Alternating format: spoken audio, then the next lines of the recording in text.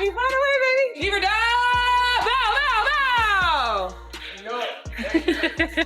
Man, I think it's the next step up mentality as far as players. Our shifts keep changing.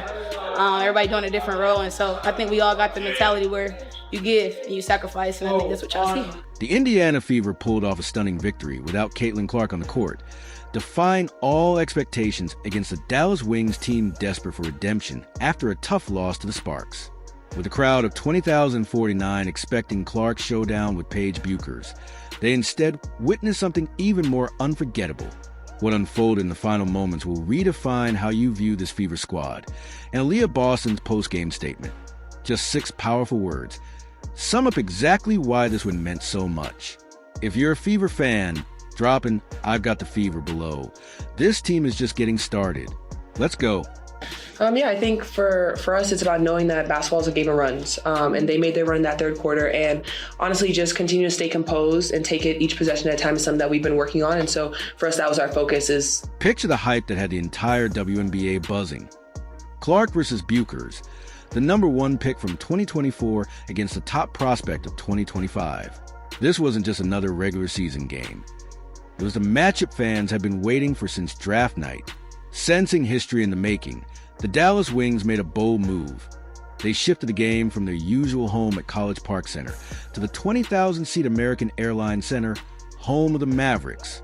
Let that sink in. Teams don't just relocate games to an NBA arena unless they know they're about to make a statement.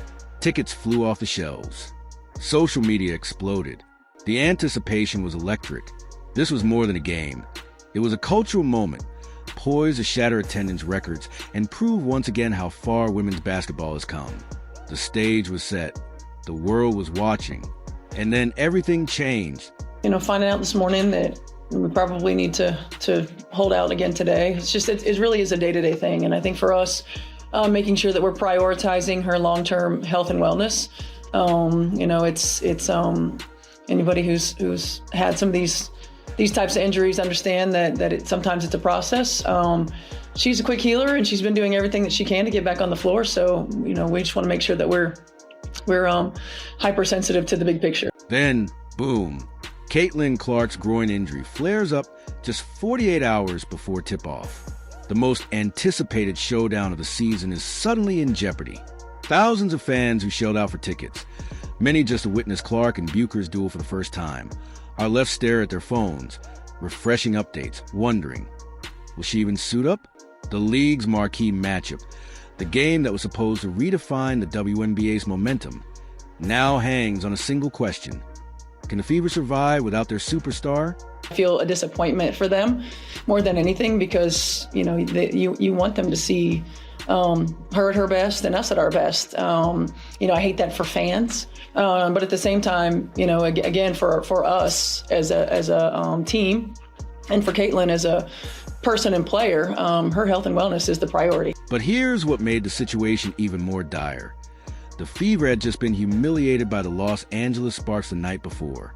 Without Clark on the floor, they looked unrecognizable, sluggish, disjointed, and utterly out of sync. The offense stalled, ball movement vanished, and Aliyah Boston was practically invisible, starved for touches. Every weakness was exposed. If this was how they played without their superstar, how could they possibly compete against a hungry Dallas team? In a packed arena, with the whole world watching, the stage was set for disaster. I think the biggest thing for us is our attention to detail in our screening. We've got to be great screeners. We got to make sure we slow down and use our screen and our spacing. We've had some games where our spacing has been poor, and that has not allowed Kelsey to get downhill, and it hasn't allowed space for Aliyah to get going either. So I think that the two most important things for us right now offensively is attention to detail and screening and spacing. Dallas was salivating. They'd seen the tape, knew exactly what happened when Clark wasn't on the floor. The Fever's offense turned stagnant. Boston disappeared from the game plan, and the entire system unraveled. This was their chance to pounce on a vulnerable opponent, to make a statement against a reeling Indiana squad. But then something extraordinary happened. Even with Clark's status up in the air, 20,049 fans packed the American Airlines Center, setting a new Texas women's basketball attendance record without their headliner even guaranteed to play. Let that sink in. This wasn't just about one superstar. It was about something bigger. The rivalry, the moment, the undeniable surge of women's basketball. The crowd didn't just show up, they roared. And in that instant, the game became about more than who was or wasn't on the court. We'll start Ari today.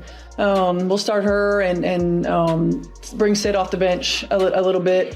I don't want to take Kelsey out of what she naturally does instinctually on the wing and overload her from a point guard perspective. So with having Ari and having Sid, they'll give us a couple different looks right there. The wing stepped onto that court thinking they had a wounded animal cornered until Coach Stephanie White dropped a bombshell.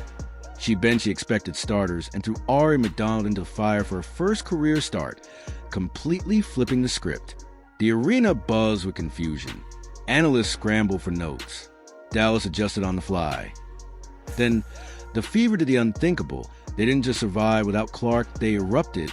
McDonald played like a woman possessed, igniting a pace so furious it left Dallas gasping. The ball zipped with purpose. Boston finally got touches and delivered. The crowd, initially there for a spectacle, suddenly witnessed something far rarer. A team reinventing itself in real time. By the end of the first quarter, one thing was clear. This wasn't a team clinging to survival. This was a statement.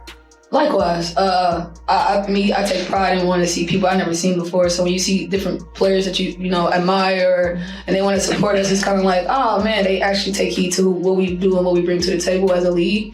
Like she said, you kind of appreciate the fact that people want to watch us play, and it kind of brings confidence to the game, so to speak. So it's a really good thing. She said. The crowd's roar didn't just fuel them, it unlocked something. Driving to the rim felt easier. Crisp passes found open hands. Every big play sparked a deafening response, creating this electric cycle. The fans' energy supercharged the players, and the players gave them a reason to erupt. Those 6 words from Boston weren't just a soundbite. They were a battle cry, proof this team's identity runs deeper than any one superstar. This is about family, about a bond that doesn't fracture after a loss or bend under injuries, about fans who don't just show up, they take over, turning road games into homecomings. That's the magic Boston captured. When your fans bleed your colors so hard that every arena feels like Gamebridge, you're not just building a team, you're building a movement. Did you kind of feel a sense of urgency there that the team responded to, I guess? Great use of the word urgency. That's honestly been the topic of conversation for us, is making sure that we have a sense of urgency on the offensive end, on the defensive end. And once again, leads did slip away in this game and last game, but for us it's about making sure that we turn that page, we get back the lead, we keep it, we get big defensive stops. And you understand, and once again, it's a game of runs, and you just have to make sure that you have the best one at the end. This win wasn't just about taking down Dallas. It was a Fever proving they're built for something bigger in 2025 and beyond. At 8-8, they've clawed their way to 3rd in the East, now just 2 games behind Atlanta and 4 back from New York. And here's the scary part for the league. When Clark returns, she's walking back into a team that just learned how to thrive without her. The momentum doesn't stop here, with the Commissioner's Cup championship against Minnesota looming, followed by a 5-game homestand in Indianapolis. This squad isn't just climbing, they're charging. The foundation is set. The chemistry is burning. And after tonight, nobody can question their heart. If you ride with a Fever, drop in I've Got the Fever below. Fire like, subscribe, and smash those notifications so you never miss a moment. Click the video on screen. We'll see you next time. This is only the beginning.